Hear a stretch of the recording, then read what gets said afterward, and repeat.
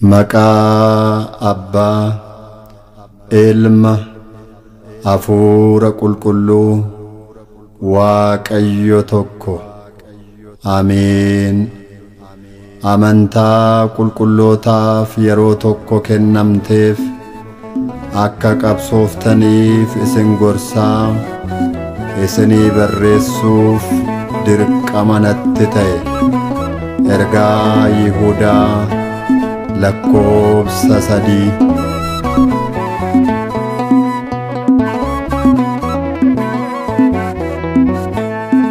Hinaarumo amantaan keenya boorishee Yesuus abbaa keenya daandii dhugaa kan ganamaa isheerraa deemnaa kottaa namaa.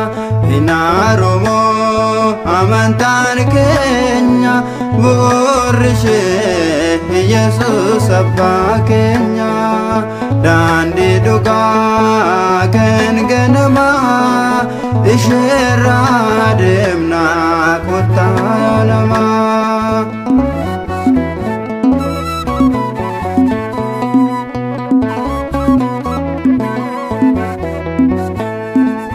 Badhaasaa ganamaa kennaa kana bootee ittiin deddeebinaa ishees qabanneeti.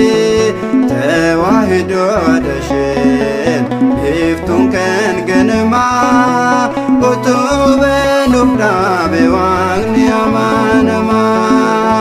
Tawaahidoo dasheen iftuun kan ganamaa utubee nuuf dhaabe waaqni amanamaa.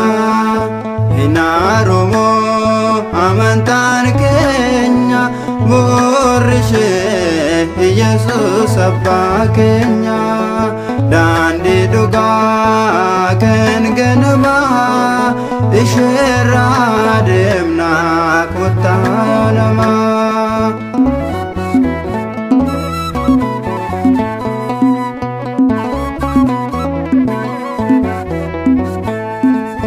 Qulqulloonni hedduun waa'ee keef jedhanii rakkoo fi gidiraa keessas ni darbanii sababa keef jecha kan wareegamanii gonfoo qulqullinaa gooftaan argatanii. Sababa keef jecha kan wareegamanii gonfoo qulqullinaa gooftaan argatanii.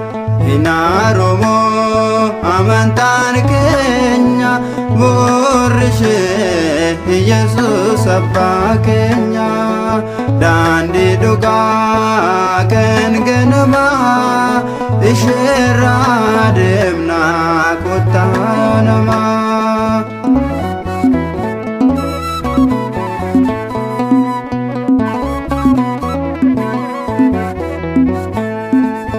Ormoonni hedduun karoora baasanii si balleessuudhaafis waliin mari'atanii dhagaa fi abiddaa sitti darbatanis dhiigaan boorofte si eegaa gooftaanis. Dhagaa fi abiddaa sitti darbatanis dhiigaan boorofte si eegaa gooftaanis. Hinaarumo amantaan keenya boorishee Yesuus abbaa keenya daandii dhugaa kan ganamaa isheerraa deemnaa kottaa namaa.